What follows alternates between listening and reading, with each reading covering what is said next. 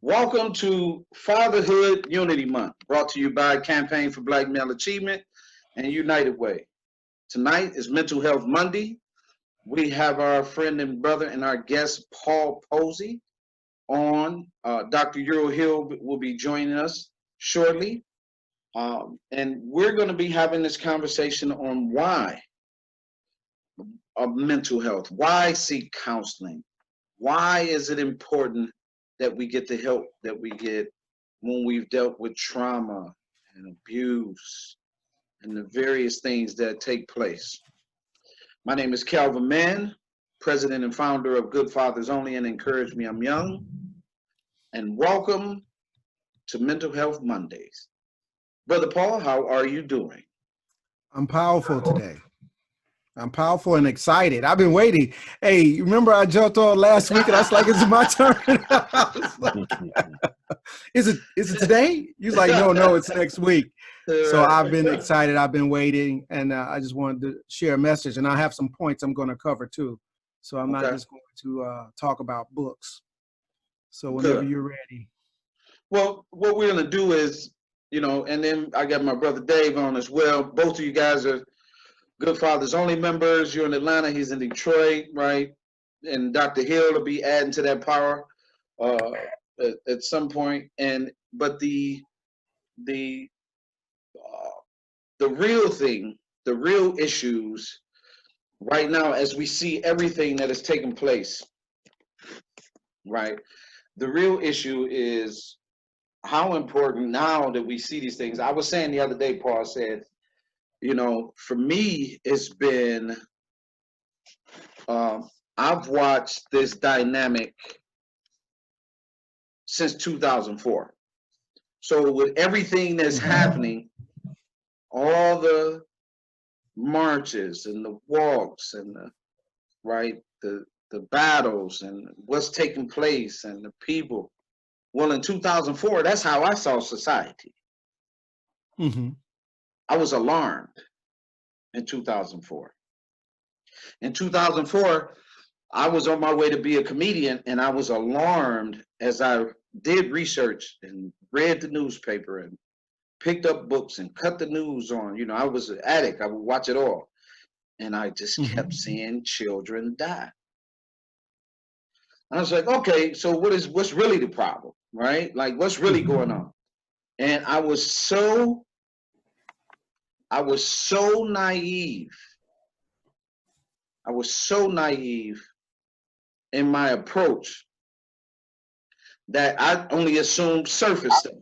So I assumed, okay, when you saw a father, I assumed the deadbeat. I was in the world. I was functioning like everybody else. I was thinking the same things, right? And I was acting similar.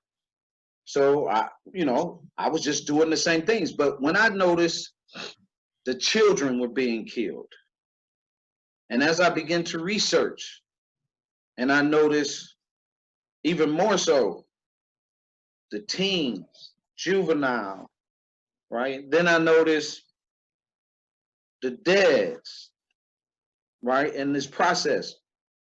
Then as I kept moving forward, I kept getting more and more information. Right, I'm good to see you, Dr. Hill. What we're just getting ready to kick off, and we're working toward. Paul said he got a few points. I want you on, Dave. All you guys are Good Fathers Only members, so this is going to be a real good talk because Dave, he has a background in it as well, right? And so as we're going, I realized that I was part of the problem. So yesterday, when I saw the New Yorker, the shirt, I apologized for my contribution to this society, right? I'm sorry if I offended anyone, because I know I have done some things that I didn't hold myself accountable to, that I didn't reach out and get help on. I thought I had all the answers, right? I didn't have what I had and what I have right now. And I say all that to say, we're here because in 2004, God changed my life gave me a vision, and it is happening. And so, like you and I were talking, right? Stand in your lane. And sometimes if I stay in my lane, and correct me if I'm wrong, that I'm all over the place, even in my lane, because I have not sought the proper help or tools Mm-hmm. to function properly in my lane.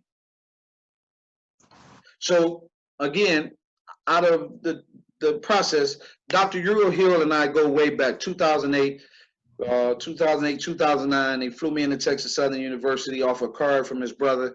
He believed in me, took a chance on me. Today, we have become brothers and friends, and we continue to build on the relationship on how important what he does, what he has, what he's been through, on how important that is, that people know that there are people out here like Dr. Hill, right? Same thing for yourself. Same thing for Dave. Dave is very accomplished. You're very accomplished. You guys have done a lot. So our conversation today is really about, why are we choosing, right? Doctors, mental health. Why did we go the other way? What should I do when I'm looking for a mental health practitioner? And what would make me go? And so I'm going to start with you, Paul, with you having some highlights. And Dr. Hill, he'll be able to answer because he is the guy. Like, this is someone that I refer a lot of people to, that I know that they're going to be taken care of. So I want to start with you. What was your reason? Okay. My reason was my kids. Let's talk, my new life started after the Marine Corps, because I had to recognize what I meant to my kids and what my absence brought to my kids. And a quick story, I was going to take my life in 2008, same time I submitted my time for to retire. And my daughter called me and she says, "Dad, I want you to get on Facebook." And I says, "Why?" She says, "Well, because all the kids are on Facebook." And I get on Facebook. I thought I made it through the night. I prayed and I made it through the night. I got up the next morning and I added all my kids. And the first thing I did was have them call me, because what I saw on their pages was totally disrespectful, was totally without guidelines. It was totally without discipline. It was totally without me. And I knew my job was not done. And I just says, this is something I'm going to have to change, because I grew up without guidance. I grew up with, the basic homes with the same problems: alcoholic mother, missing dad, blah, blah, blah. The things we all go with, I don't want to go down that trail, but that's what brings us to why we joined the military, because we want our lives to be different. And then I didn't know the other parts that went with it.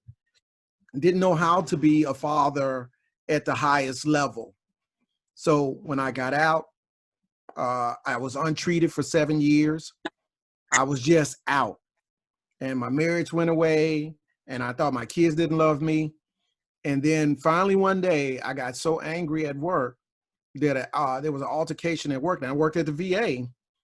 And this gentleman told me, and we should just, the whisper of life, he says, "You need some help." And then I was in the doctor's office within 7 days, getting the treatment that I needed. And then I started writing my books, and then I started speaking to my children about what I was missing, what they thought, and the in-betweens between what they thought and what I was missing, and to find out they needed me more than ever to be the man that they thought I was. And I started changing my life from there, and that's what got me to write the books. So the points I wanted to say about it is, one, it's for your personal growth. Because if you truly don't know who you are, you're going to need that conversation from a solid wall that's not going to judge you, to take you on that path to figure out who you are and to give you some tools.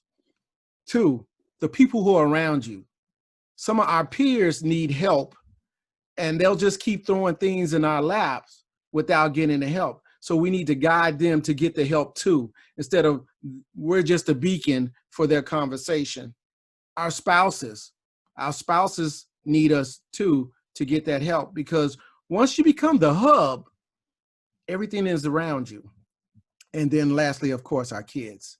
It's so important because we want them to grow in the best way they can. As being whole is to go ahead and just be the model, because we can model anger, we can model tangible things, but we don't model personal growth, because sometimes they see us, we're already set to who we are. And people assume, especially people who've been in the military, you are one set way, and that's not the truth. You have the ability to grow beyond where you thought you were and where they thought you were, and just keep going. And it's just been a wonderful journey for me to move forward and to take my children with me, and to speak to my peers, even when they think they have it all or they don't have nothing at all.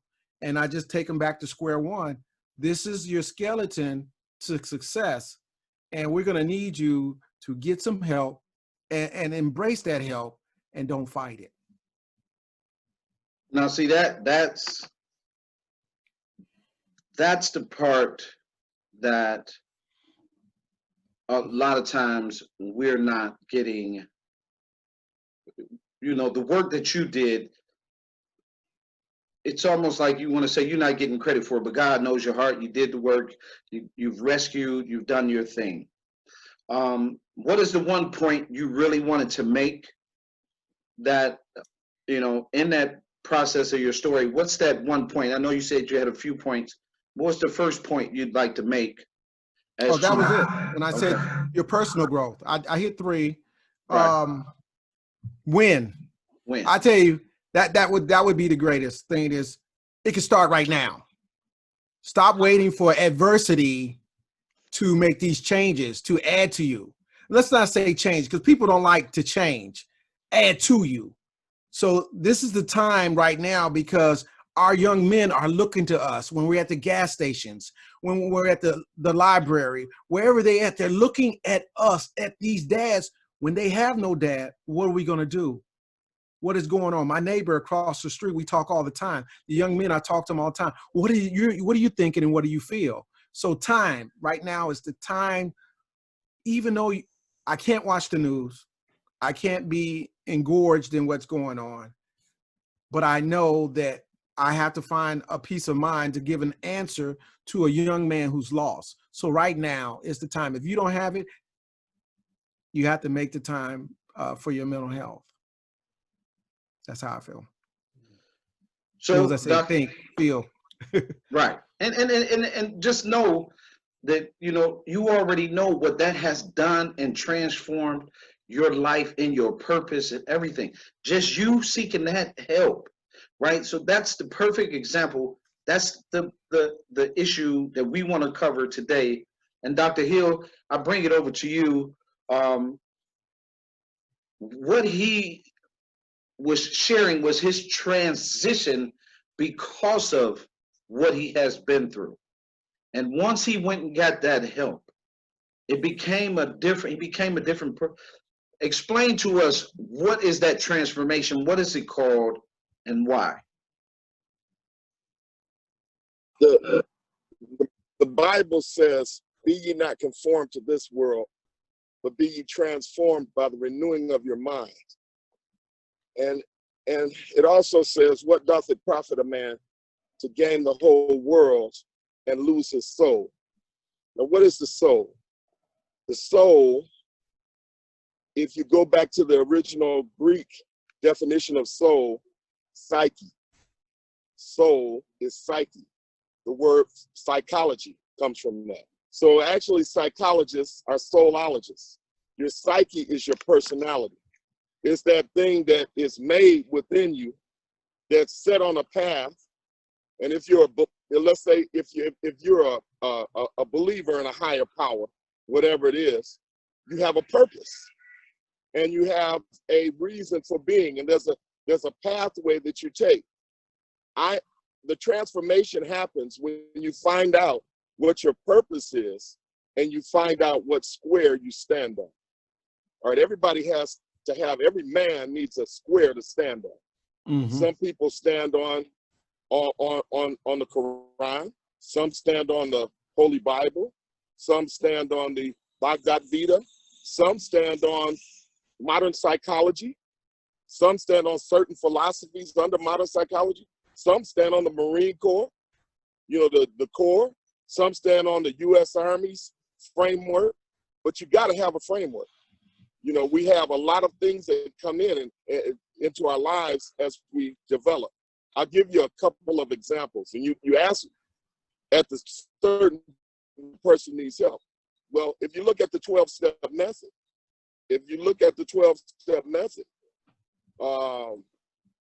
the first thing that the person has to do I have to admit that my life became unmanageable and that only God could restore me to sanity. That's for the 12-step method. If a person has a substance abuse issue. Big book. The challenge, right, the big book, right. So the first thing is that that person has to submit to a higher power. I think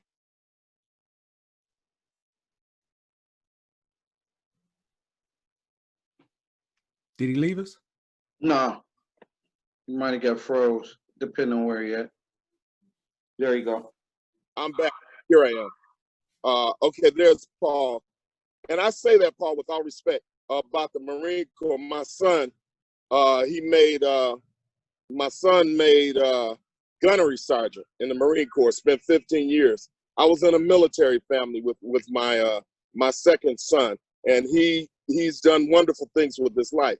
But there was a certain point where when I came into his life, his mother was a sheriff, and he was living without his father and disconnected from, she hated his dad. They were disconnected, although they were both military. And he was living wild. He already had a child when I came in, and then he had a girlfriend who was a church girl that would come over to the house and spend the night. And when I came into the house as a man in the house, I said, young lady, come down here.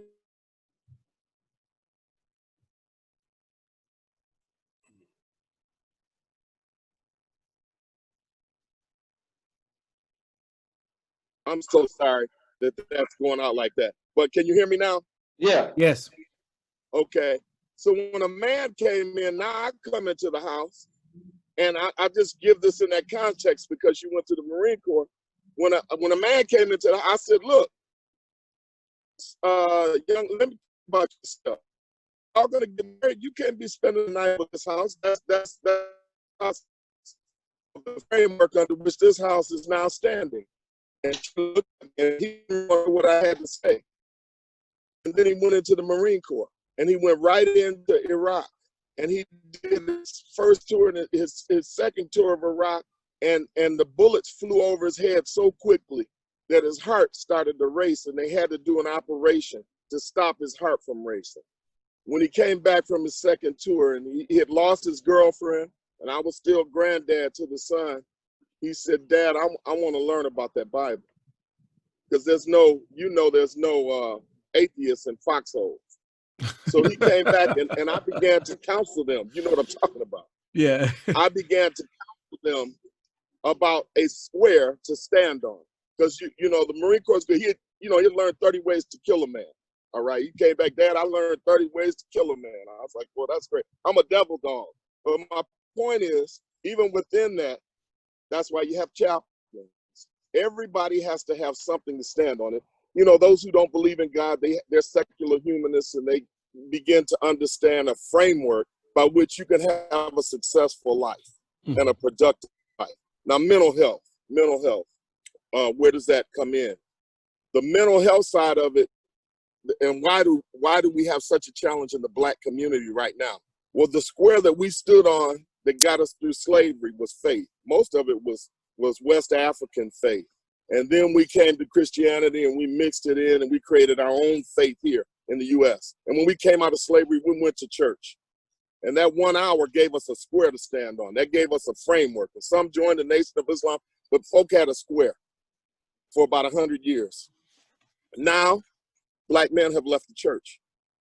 And we've, in many ways, lost that square. And the boys don't have a man's presence in the household. 70% of them, 7 out of 10, don't have a man in the household.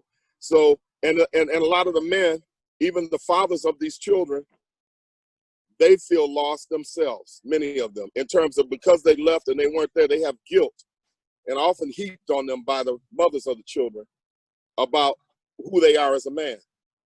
And so without that square to stand on, something greater than yourself that gives a framework, not a trial and error day by day, but a framework upon which to live your life. Upon this rock, I'll build my church. And I have to keep coming back to that. The transformation and change comes when you find out who you are and whose you are and where you are. And then you begin to build from there. A great psychologist, Abraham Maslow, put it like this. There's a pyramid, and he actually used African pyramids, because this is the worst part about where we are today, is that we were the founders, the Africans were the founders of modern civilization. We were the first ones who built a pyramid that pointed up to God, that said there's something greater than us, and that there's eternal life after this. And we created a civilized society, and we created what we call Ma'at, and the Egyptian mystery system that taught men how to be men when they were young men. Young men, they went through the Egyptian mystery system and they learned what the expectations of a man were coming up into manhood, African rites of passage. And so the society had a system of making men, just like the Jews have a system of making men. They have a bar mitzvah at 12 years old. A Jewish boy knows the expectations and he's got a square to stand on. He knows who he is. He's Jewish. He knows whose he is. He belongs to the living God, and he knows where he is. Whether he's in America, wherever, he knows his nation. And he begins to set his framework. At 12, he's called a man. His father tells him a man. The whole tribe, the community, tells him at his bar mitzvah, you're a man. These are the expectations. And they tell the women the same thing. Native Americans had one. Africans had one. We lost ours. Not only did African-American males, we lost here in America. And so now, as we go to rebuild that square that we stand on, this is where mental health practices come in. Maslow had this hierarchy of needs. He said that every human being at the base of at the bottom of that pyramid, at the bottom, they need survival needs, water, food, shelter. After that's taken care of, they need order. All human beings need order. That's why it got so scary in the last 3 weeks in America, because there was no sense of order. All right. So we need to know, if we put down everything in our house has a place, every part of our business has its time. And that's how we maintain a sense of good, solid mental health. Once we go above order, once we have order, once we know if we stop at a stop sign, other people can go by. And if there's a stop sign there, I can go through. When we know we have order, then we go above that. And that's even in the household. And that's what a man brings to a household. The man is the one who provides the order. Mothers have had to do it, and they do the best they can. But I mean, in a household, that's really the dad's responsibility. Above that is belongingness. What tribe do I belong to?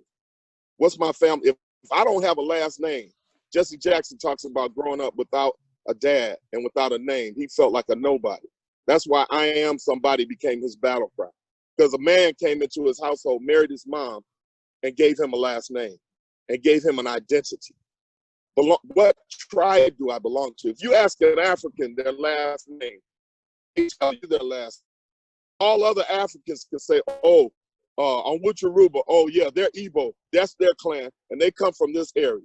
All right. Matimbu, oh, I know they're Zulu, and they come. You got to know who you are and whose you are. So that's the second thing. Who do I belong to?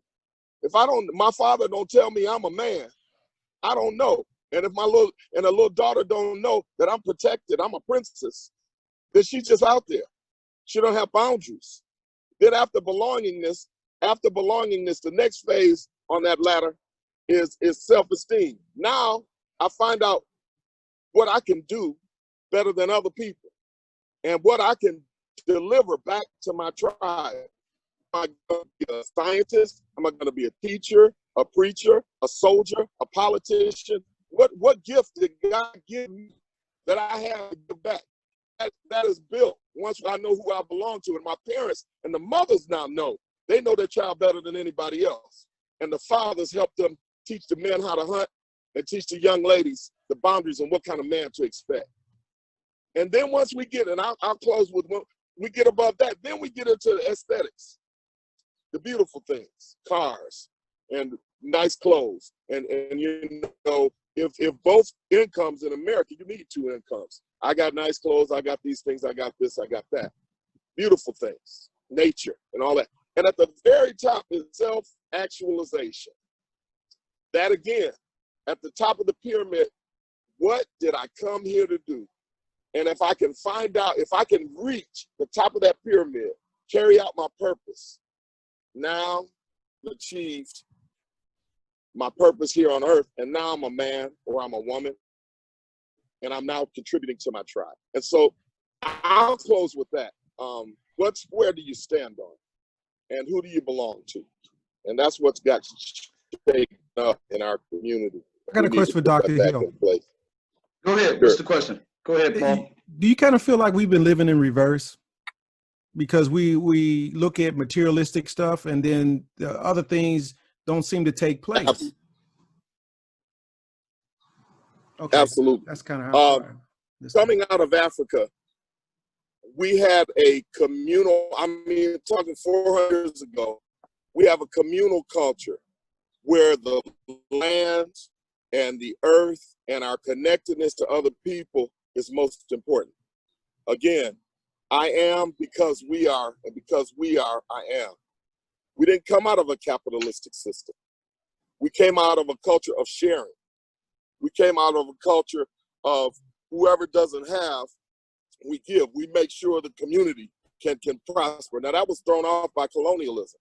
When they went in and started taking the richest things out of places in Africa and threw us out of power, and many, like, you know, the apartheid down in South Africa, and you go across Africa. But our normal framework was that people were most important, all right? And a connectedness was most important. Just like the Native Americans, they said, I can never own the land. That belongs to the animals and the land because I'm connected to everything. So we then bought in, we accommodated and assimilated into a Western European system where capitalism was king.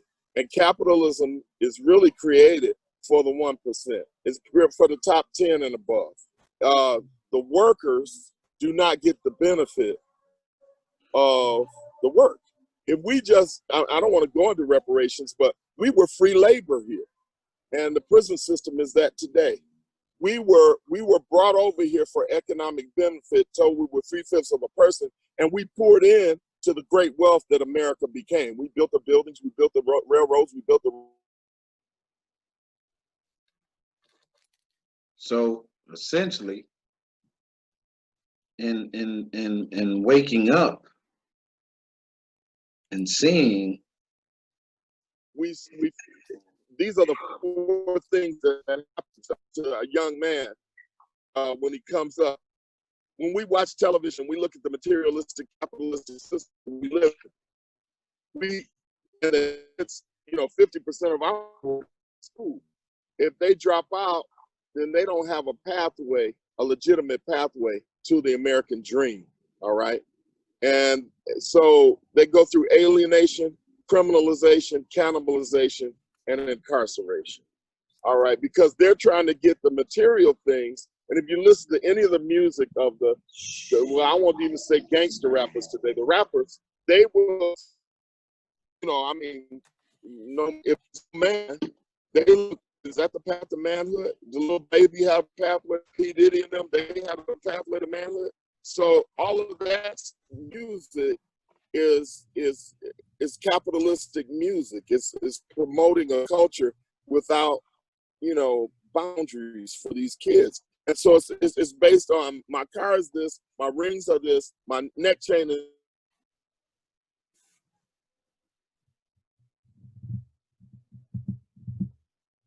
and your connection. And so it's not only again, yes, we want to out of the world battles because we fight over territory that we don't own, and we fight for things that aren't in our genuine nature. Now here's the good news. There's got to be some good news. The good news is Thank you, doctor. that we have a revolution and a thought going on and a rebellion going on, where it's not just black kids, it's white kids who are rejecting. It's this generation is rejecting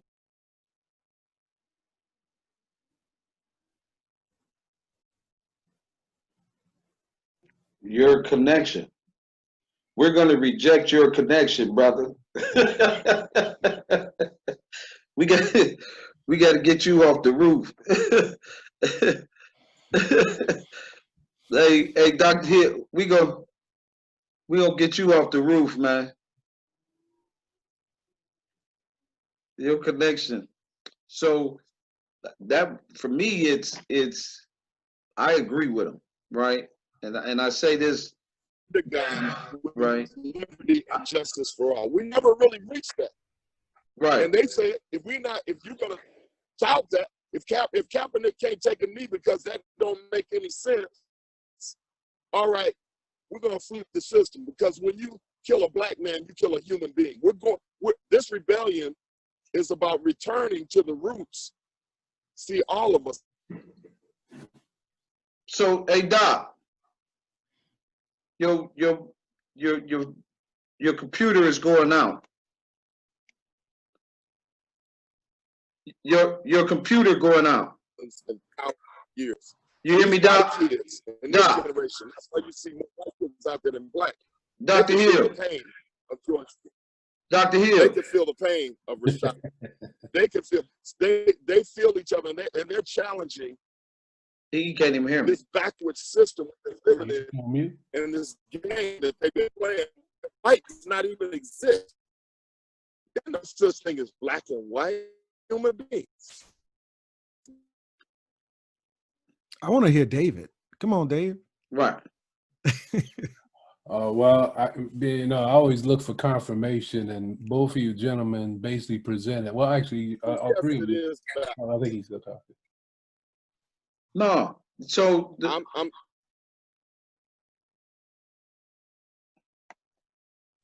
Dr. Hill, your connection is bad.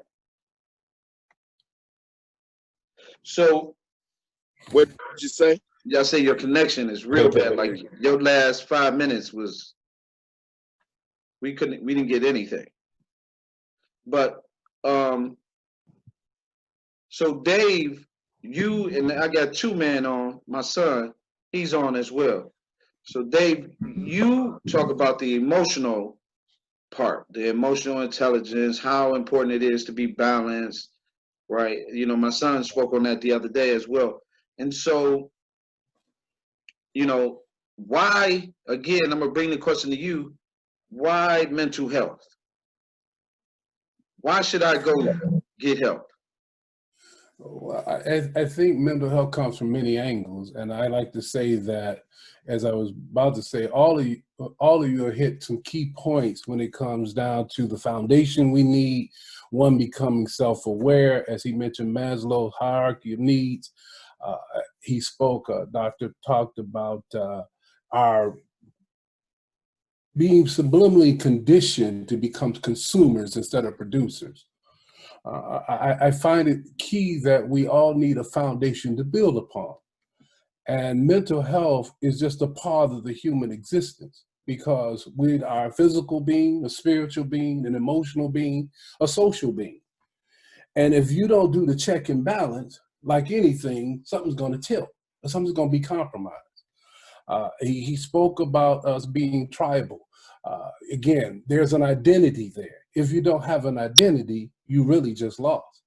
I often would tell my soldiers, because he mentioned about the father being home. It made me think about a song called Call Him Father. Do you remember that song? Anybody remember that song called Call Him Father?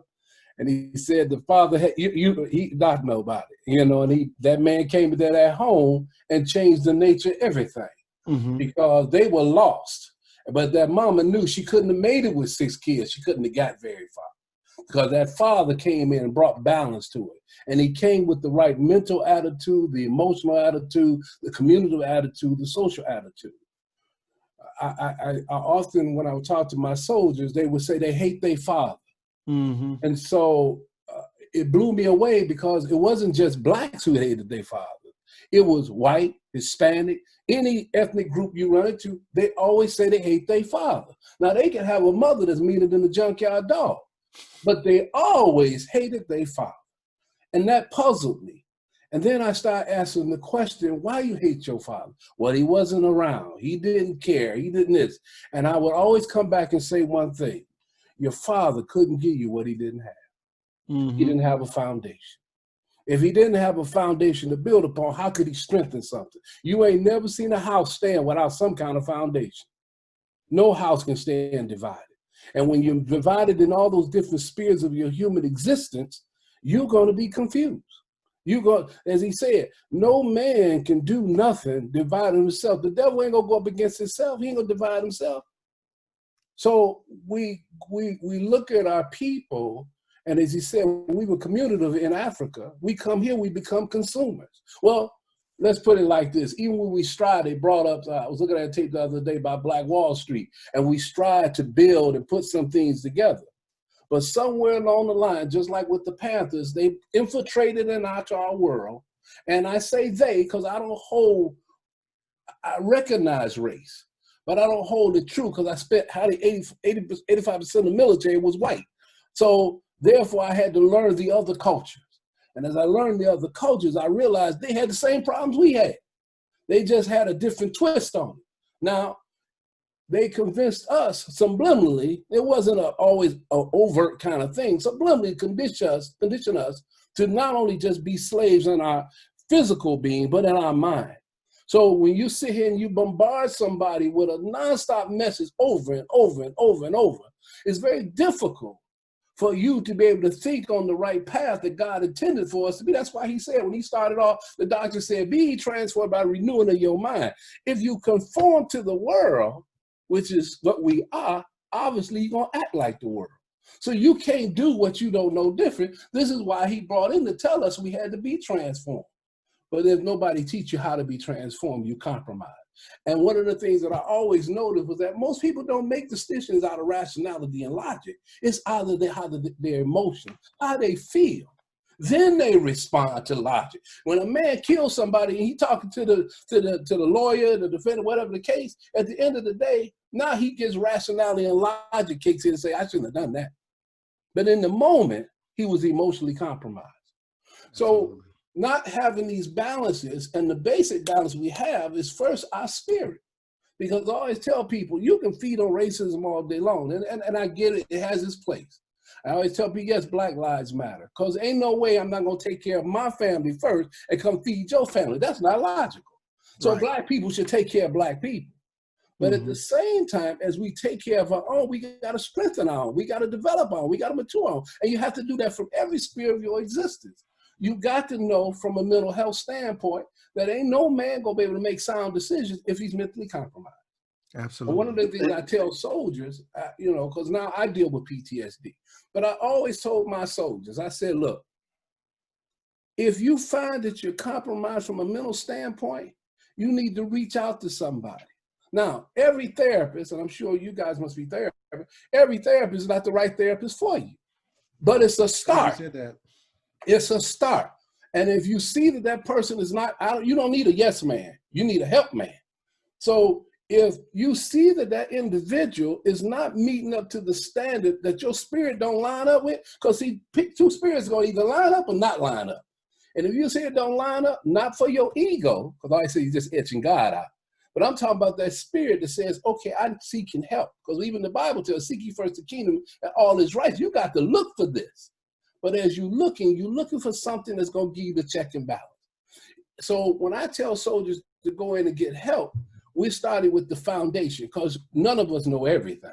And any information someone can share with you to put you on the right path, because I always say that this is a journey and we have to maintain a certain pace. And my acronym for that is, first, you got to prepare yourself. So as the doctor said, you got to get prepared. You got to get educated. You got to get the knowledge, because the Bible tells us my people destroy because of lack of knowledge, right?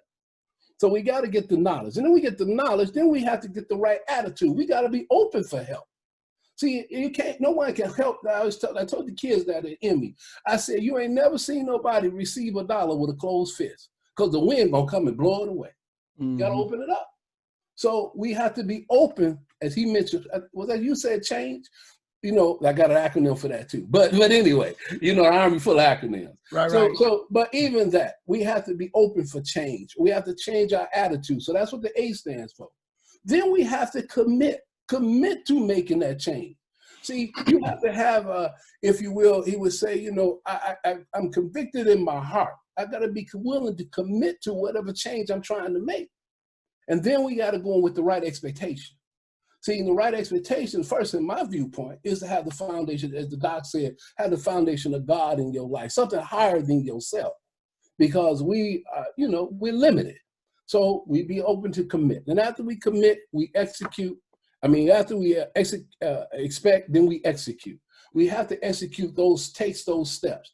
And the first step to being able to accomplish anything is to take the first step. We can't allow ourselves to be limited by our fears. But most of us are fearful because we don't want to be open to the change that's required. And I've seen this over and over and over with many soldiers, because now part of my background is that I ran combat stress units. So the last tour when I was in Afghanistan, I ran the combat stress unit for the whole area of Afghanistan, all the different sites. And in the process of that, you know, obviously soldiers, especially Marines, they ain't open for counsel, because that's not the way we train. We train as we fight and fight as we train. We're not trained to go in here and, if you will, humble ourselves to say, I need help.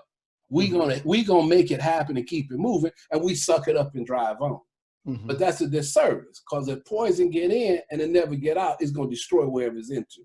Absolutely. So we have to get our people to be open. So I watch these changes, and I would say to anybody, there's nothing wrong with reaching for knowledge, because that's what help is about. Information that you get to help you to make a quality decision, or an educated decision, not necessarily specialized education, but an educated decision, so you can move forward. So if you don't have the right tools, and as I mentioned earlier, a father can't give you what he don't have. This is why good fathers only and envy is important, because we're educating each other. As the Bible say, iron sharpen iron.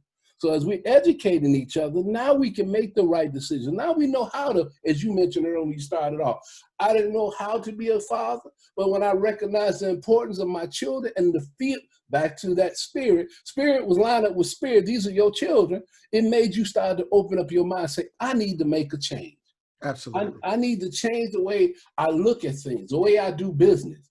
We, as the old saying go, the true sign of insanity is doing the same thing, expecting to change. Same outcome. It ain't gonna happen. So mental health, to get right to the point, mental health is so essential, but I say mental health is essential, emotional health is essential, truly spiritual health is essential for us to be able to be, we used to say in the Army, isolation kills and community builds. But I can't build a community if I'm toe up from the floor up. So I tell soldiers all the time, I used to say, do not allow external factors to control your internal stability. But if you're unstable inside, that's when you need to reach out for somebody to help you. And that's why mental health is essential. And that's why I said now, Charles. That's why I said now, Calvin. Because when you really look at it, we're that era of people that can actually understand that change needs to be made, because of the parents we had before. They didn't have a clue, and we got too much information right now to not change.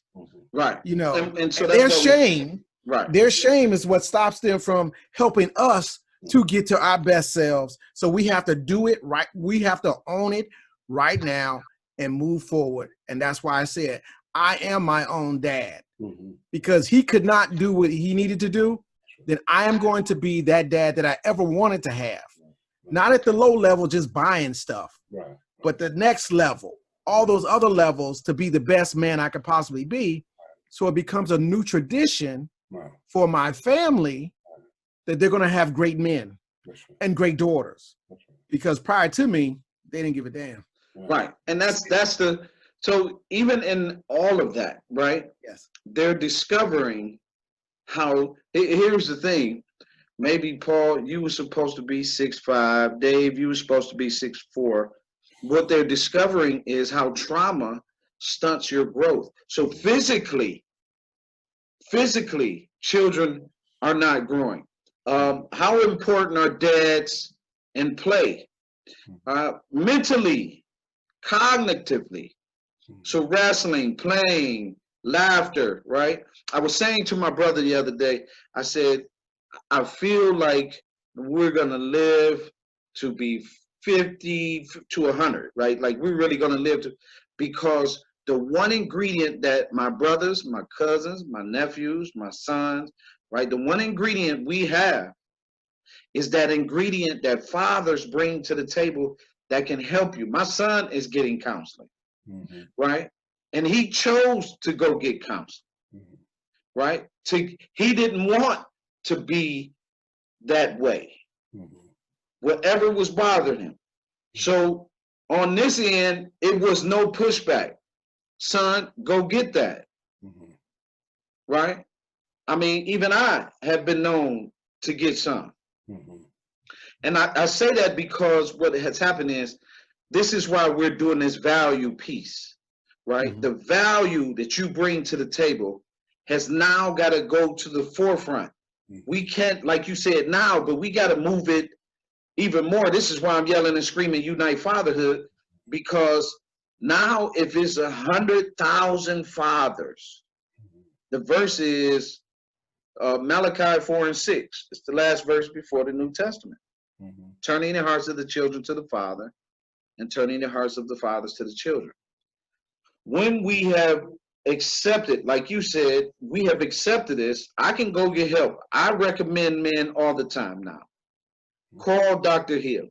Here's a number. Call Dr. Chandra Carr. Here's a number, right? Go get that help, right? It's right here. It's a resource.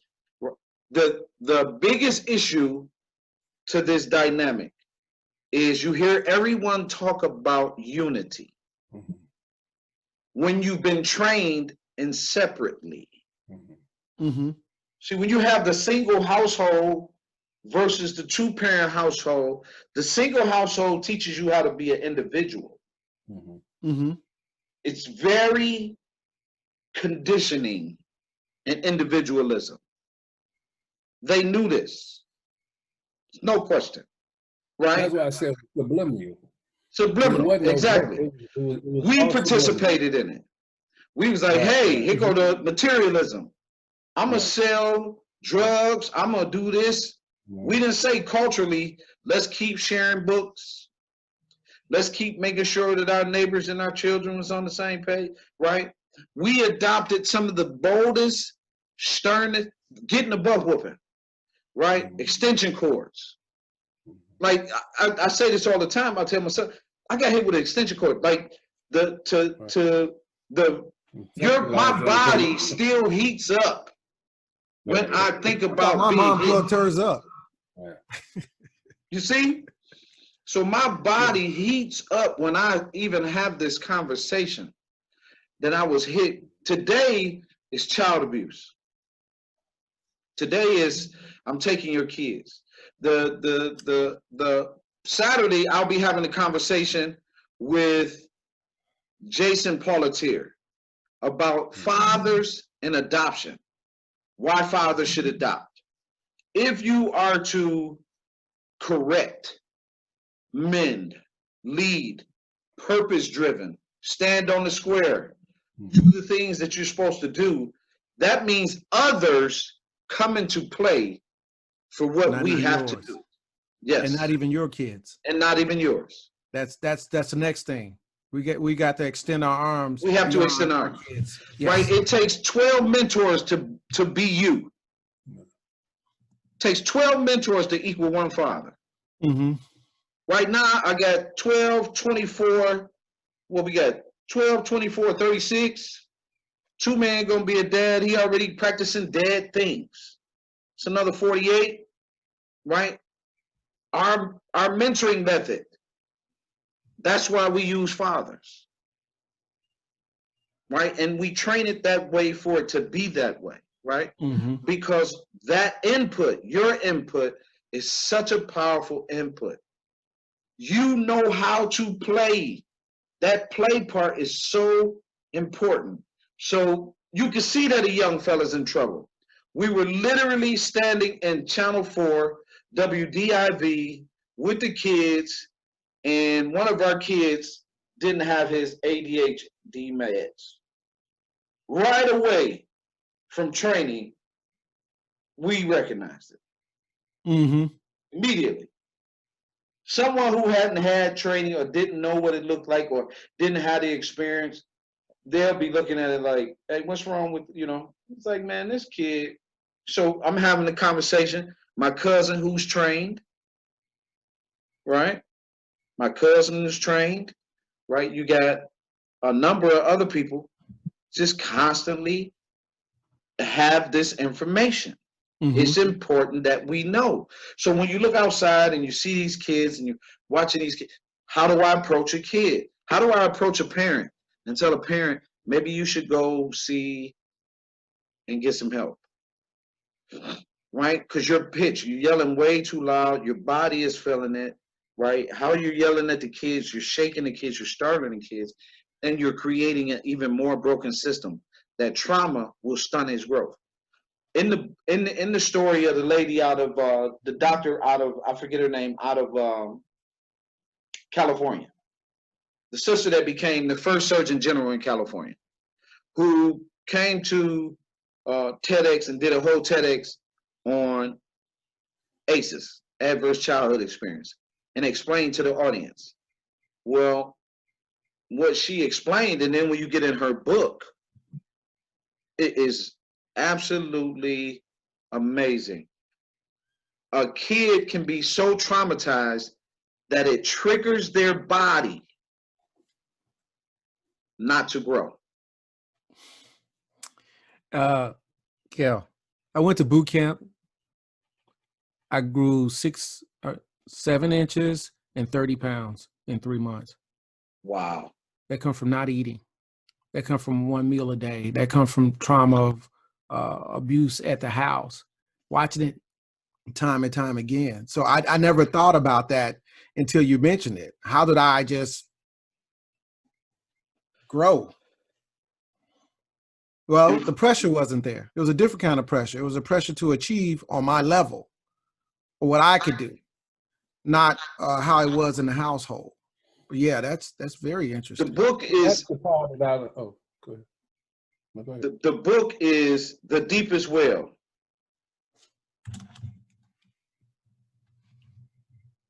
Healing and Long-Term Effects of Childhood Adversity. Dr. Nadine, the picture is cleared out. But when you get this book, you read this book, you will learn. It's going to give you some more tools and some more recognizing. So when you're seeing the kids in your neighborhood, you'll be able to address them and give them the type of help that they need. I share that because we just can't point out the psychological effects, not knowing that the ACEs and the trauma effects, making sure that we understand. And the other part is community-wide, right? Here's a dynamic community-wide that we just don't want to look at.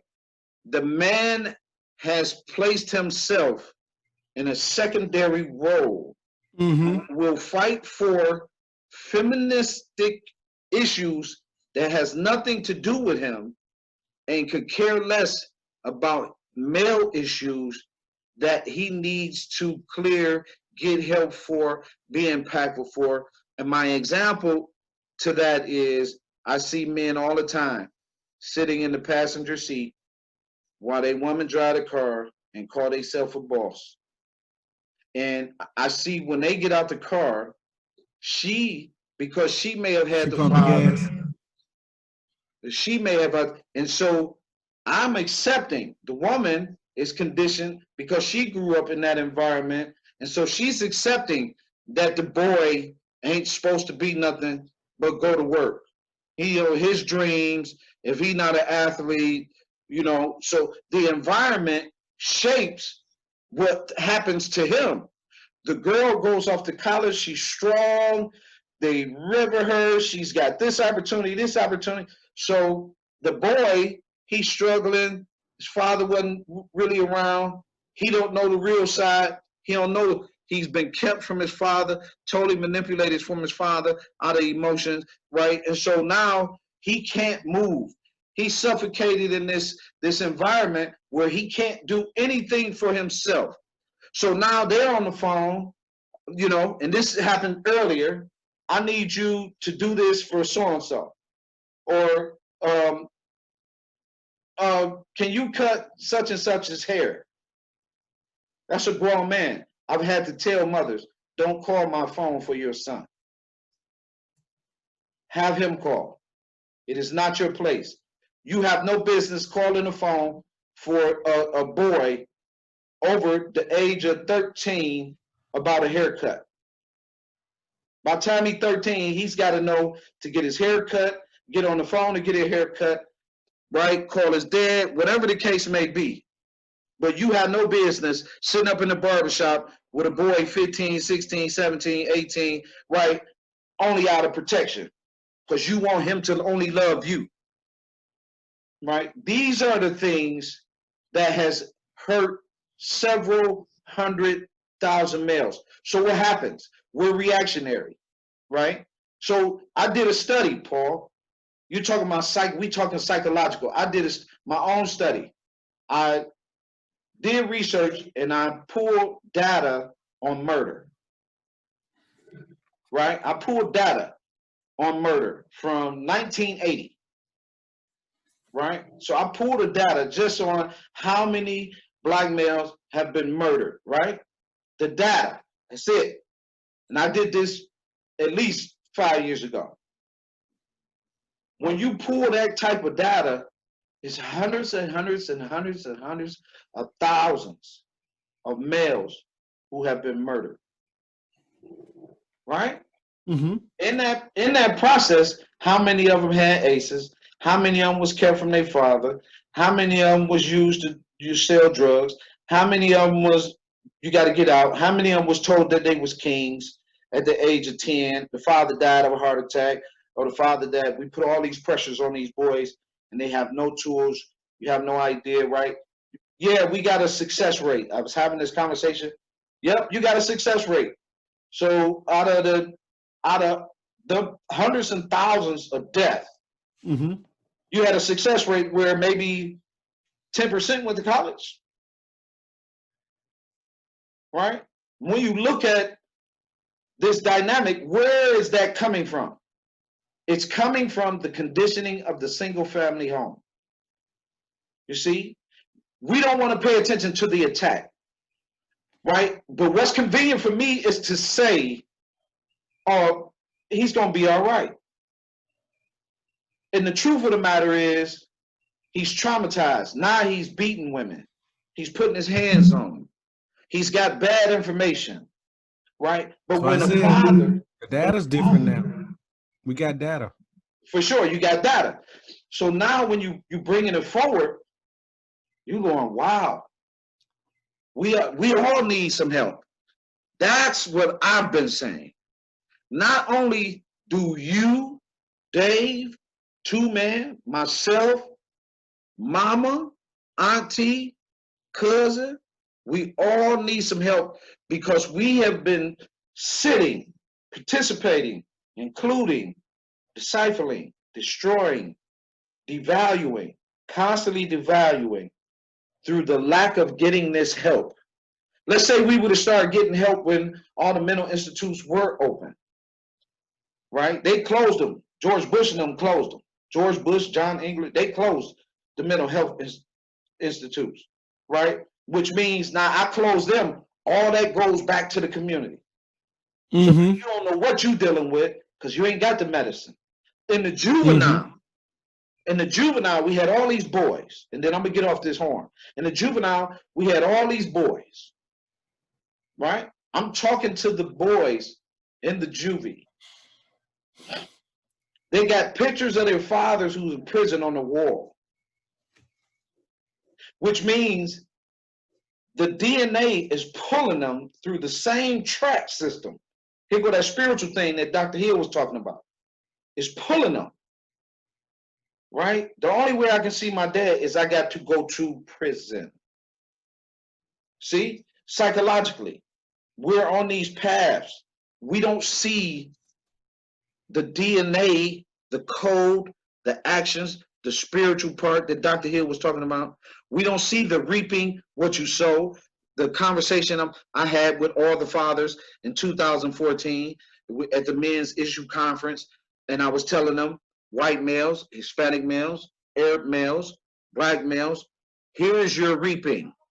We're not doing anything about it, and we continue to go at that piece. We all need help. And that's the point I want to bring home today. You guys have brought it home. I really appreciate that. We all must seek help. Dave is on his way to his doctorate. He should have a line of people getting that help. We have to.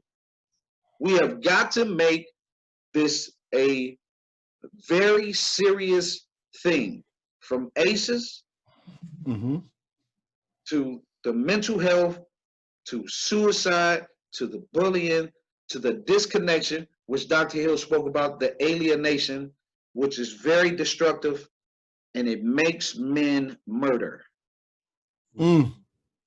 If you keep me from my child, if you play with me, I can instantly become this way, because I know the feeling of not being able to see my dad. So culturally, we got a lot to work on. We all need help. So I really appreciate you guys, man, for coming on. This is awesome. Again, we did it again, Paul. What I want to do. Good job, Alain. Right. What I want to do is, at the end of this month, we're going to have a conversation. I'm going to invite all you guys to come on. It's Monday the 29th, and we're going to say on that day, how do we fix fatherhood? How do we fix fatherhood? Monday the 29th. Put that on your schedule, Dave. Okay. Yes, sir. No, I just wanted to inject. You know, one of the things that I emphasize, and it really built up some big groups over in Afghanistan, because they tried it, but it wasn't working. And this is what I injected. I say, no one will interact with you until you build trust. And a part of the problem that exists with most of us is the lack of trust. We have to establish a reliability, meaning that if I said this in my message because I had someone commit suicide, one of the battles, and you know we see that a lot in the military. Yes. And I said one of the problems is that people don't feel the level of trust, and we can go back to say it's out from childhood, our condition, environment, all the different things. Absolutely, yes. And they're all relevant. But as we're doing, this is when I met Calvin, there was the one thing that I believed in him was about, I trust him. And then I could feel in his spirit that he had a devotion and a commitment. It wasn't about how much he knew, it was how much he cared. And that's what you see. And when you're around people that are around Calvin, they know he cared. And that caring comes from the passion that he had, like Christ did. And that's what I think is going to be the key element to us infiltrating the communities and touching the men, to help them to be able to build trust again, to know that they can rely on you. See, in the military, not taking anything from the civilian, but in the military, there's one in front of you, one behind you, and one on each side. That's a 360-degree coverage. One is leading, one is covering, another two are walking side by side. That's trust. And we have to be able to build that out here in our community with our men. To know that, brother, you are there for me. You know, I know. I get shot, I still want to be in the fight. Why? Not because of the fight, but for my brothers. Because there's a trust, there's a bond. That's what we got to build, is that level of trust. And I thank you, Calvin, and Paul, right? Paul, yes. and Dr. Hill, I don't know if he's still on. No. I think two-man is on too. But this is the start right here. Us building a level of trust that gives a belief to what we got to do. Even God said, he to keep his mind on thee will have perfect peace because he know he loves them. When man say, are you my brother keeper? Yes, we are your brother keeper. But we got to know that. And that's where you get brothers going all over the place, because if daddy ain't home, where's the man that I can believe I can trust? So Right. if I walk out the door to go into the world where the person I didn't trust that looked like me by gender, why am I going to trust the man outside on the street? And then we add the school problem, and you know this. So to wrap my part up is that we got to start making sure that we build that level of trust. That is our foundation. And once we go there, we can build on that. Because now you got open hands. So I got like this, well, I'm like this, because I don't trust you. But when I feel that trust, just like getting a woman, once she trusts you, it's all doors open. But that's what we got to establish. Well, we know our work, right? Reaching out, that's what the whole Good Fathers Only is about. That's right. We want to make sure, Two Man, did you have anything you want to say? We want to make sure that the same thing you doing, Paul, you a member, know you got this nonprofit with you. Let's build whatever we got to build in your area to help and grow and spread that out. Dave is doing his part. I'm doing my part, right? That's where we have to multiply. Mm-hmm. Okay. Absolutely. That's where we have to multiply. So with Yeah, I that like the being work you're said- doing too, man. I'll be watching you.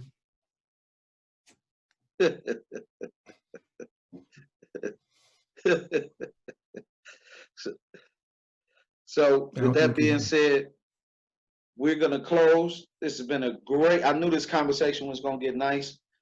I knew we were going to have a good one. It's some good feedback, some good information, some good lessons. And I just want you guys to know I love you. This is the big week for us. Get on Twitter Friday if you can. You know what I mean? Watch tomorrow if you got a business. Tomorrow we got the infrastructure queen out of New York. She's going to be talking about your business. But I just want to tell you, thank you. This has been the Fatherhood Unity Month, Monday Mental Health Day with Paul Rosie, Dr. Ural Hill, my friend and brother, Dave, Paul Posey. I'm sorry, Paul. Right. Right. And my man Dave Patterson and my son. And we have had a great conversation. Brought to you by Campaign for Black Male Achievement and United Way. I just want to tell you, fathers, celebrate yourself at all costs. Amen. God bless you and good night. All right, good night. It's been an honor. Thank you.